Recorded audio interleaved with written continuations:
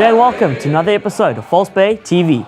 Without wasting any more time, let's get straight into the highlights from this past weekend when False Bay took on Durban at Fortress False Bay. Frylinks at the base, gets it off Kun, gets it to Woody, Sali draws the last man, Phyllis down the wing, inside, strength, yes, Phyllis in the corner, yes, and Fat is happy again. Half-time score, False Bay 13, Durban 31, crisis. Here we go, Dole looking, definitely got a sneaky punch in. Quick tap, looks right, gets it off. There he is, the bounce pass. Osman's over in the corner. Stunning stuff, boys. Johnson's on the field, gets to Sia, Sia to Osman, Osman to Sumai, Sumai over the top. It's Yappy, Bunner, Baiter, Punter. Yes, but you biscuit. Johnson at the base again, gives it to Sia, Sia sees space. And that man's going to score a quality try under the sticks. False Bay on attack now. It's Johnson at the base, gets it wide. Osman is going to get over in the corner to secure a win for False Bay. No man, who's cutting onions?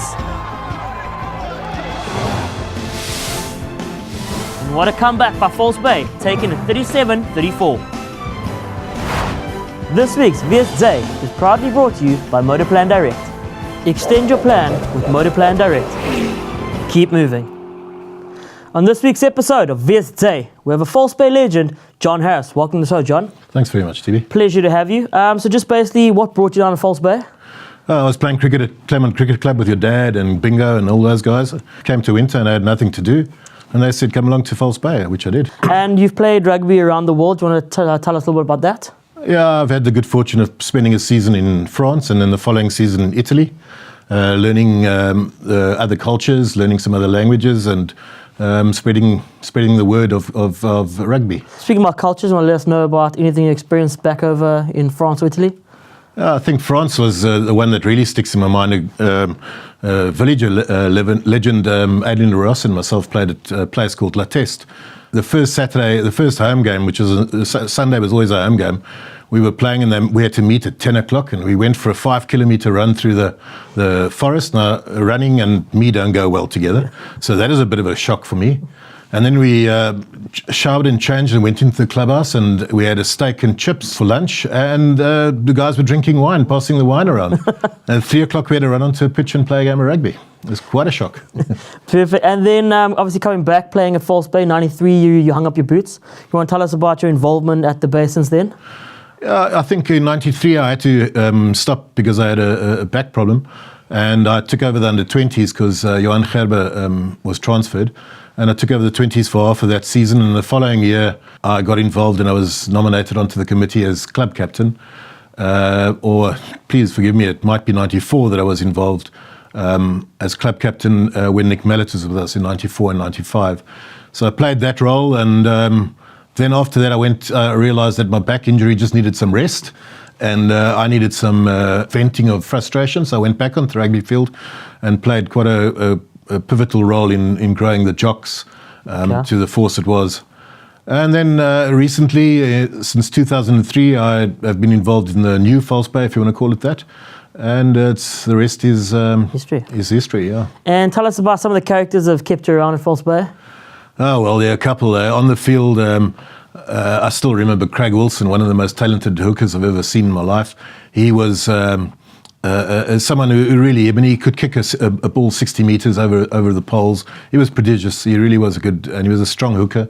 I played with Graham Dukas, who was extremely strong in the middle there. Taught me a lot as a prop. Brent Jordan, everybody knows Bruder. Sure.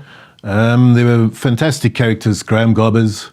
Off the field, my friendship with your dad continued from a summer friendship to a winter friendship. Obviously, while you're John, half.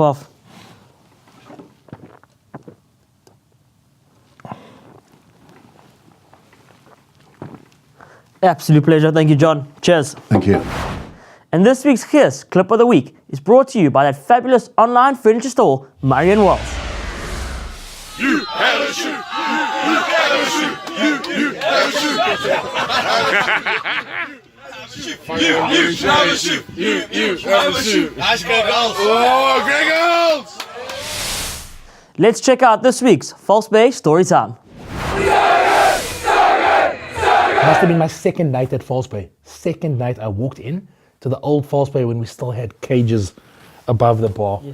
And Lane Manley, old Wynberg boy, False Bay boy, proceeds to get up onto the bar, looks at Ollie's the guy who started Half Off. You'll know this because he's got a Half Off tattoo on his wrist, yeah. On his wrist. But Lane proceeds to look at Ollie, grab a bottle of Archer's peach schnapps and shouts, "Half Off." Oh, puff, man. They both smash it. 30 minutes later, they both get carried out. And when I say carried out, back in that day, in the just in the back, we had a couch. They got carried down the corner onto the couch and they slept there. That's all for this week's episode of False Bay TV. The Bay enjoy a much-deserved break this weekend, a perfect chance to enjoy the World Cup final. If you haven't already, get involved in sportingbet.co.za by clicking on the link below. We'll see you next weekend. Cheers for now.